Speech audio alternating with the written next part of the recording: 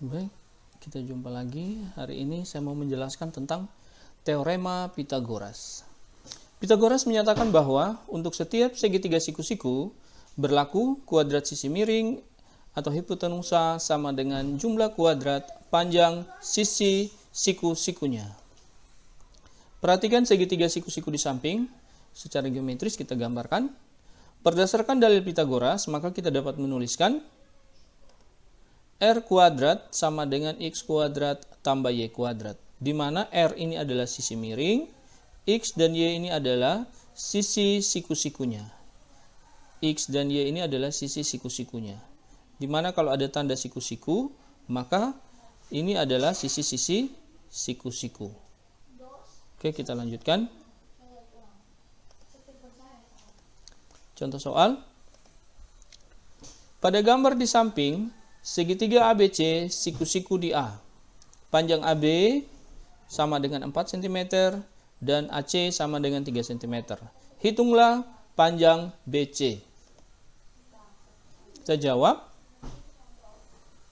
BC kuadrat sama dengan AB kuadrat ditambah AC kuadrat.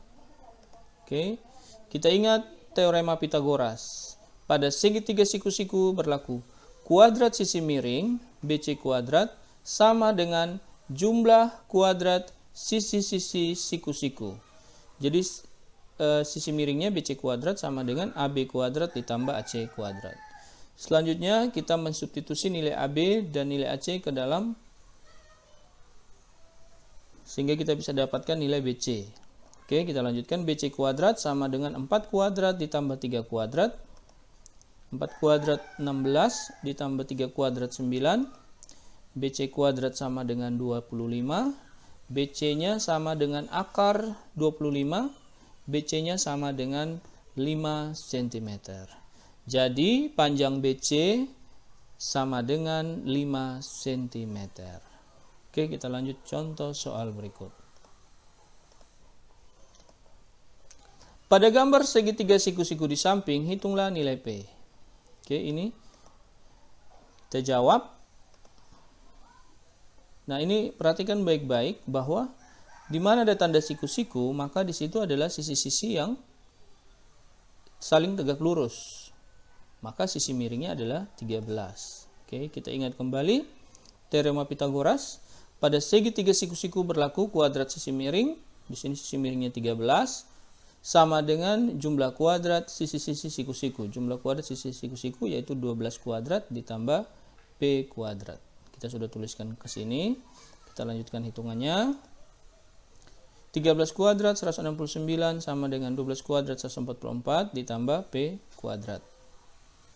Nah, di sini kita mau mencari P kuadrat, nilai P yang mau dicari, maka kita bikinkan 144 ini jadi 0. Caranya adalah kita kurangkan 144 dengan 144. Dan di sini juga, karena dia dipisahkan tanda sama dengan, maka di sebelah kiri juga kita kurangkan dengan 144. Sehingga sama dengan P kuadrat. Karena 144 kurang 144 sama dengan 0. 0 ditambah P kuadrat, sisanya di sini adalah P kuadrat.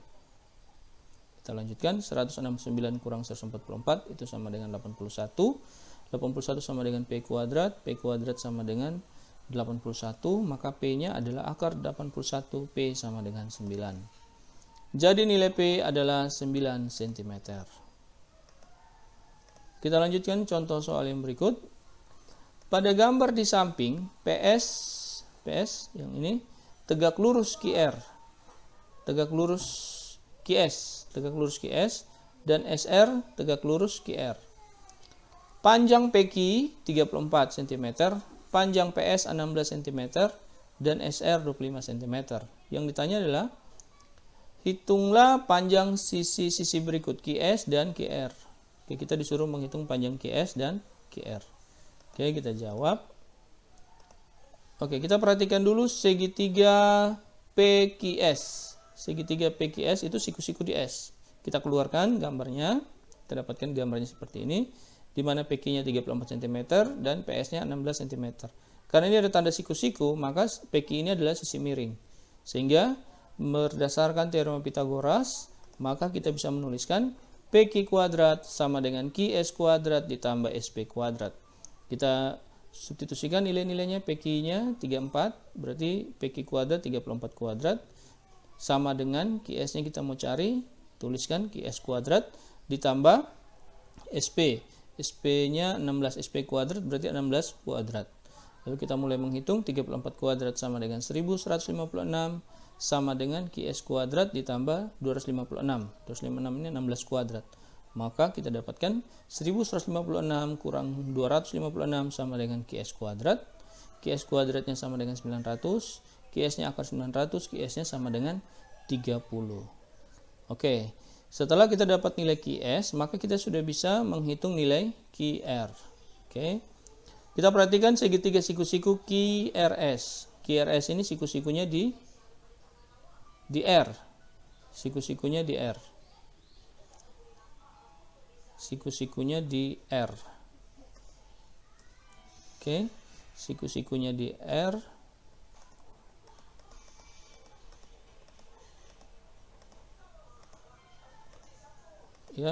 Ya, ini dia gambarnya. Berarti SQ ini adalah sisi miring. Nah, SQ sisi miring berarti kita tuliskan teorema Pitagorasnya, maka berlaku SQ kuadrat sama dengan QR kuadrat ditambah RS kuadrat. Kita substitusikan nilai SQ 30 kuadrat sama dengan QR kuadrat tambah 25 kuadrat. 30 kuadrat itu 900 sama dengan QR kuadrat ditambah 625. Kemudian QR kuadratnya kita dapat 900 kurang 625 sama dengan 275. QR kuadrat sama dengan 275, QR-nya sama dengan akar dari 275. Kita sederhanakan akar 275, yaitu akar 275 itu sama dengan akar 25 kali 11. Akar 25 itu 5 dikalikan akar 11, sehingga hasilnya adalah 5 akar 11. Oke, kita lanjut dengan soal berikut. Sebuah kapal berlayar ke arah timur sejauh 15 km, kemudian ke arah utara sejauh 8 km. Hitunglah jarak kapal sekarang dengan tempat keberangkatan semula. Oke, secara geometris kita bisa gambarkan begini. Ini tempat keberangkatan kapal tersebut ke arah timur 15 km, kemudian ke arah utara 8 km. Jika X ini kita katakan adalah jarak kapal dengan tempat keberangkatan semula, maka dengan teorema Pitagoras kita bisa dapatkan nilai X-nya, yaitu X kuadrat sama dengan 15 kuadrat ditambah 8 kuadrat. X kuadrat sama dengan 225 tambah 64. X kuadrat sama dengan 289. X-nya sama dengan akar dari 289. X-nya sama dengan 17 km. Jadi jarak kapal dengan tempat keberangkatan semula adalah 17 km. Oke. Semoga penjelasan ini bisa bermanfaat bagi adik-adik siswa kelas 8 yang belajar tentang teorema Pitagoras. Terima kasih atas perhatiannya.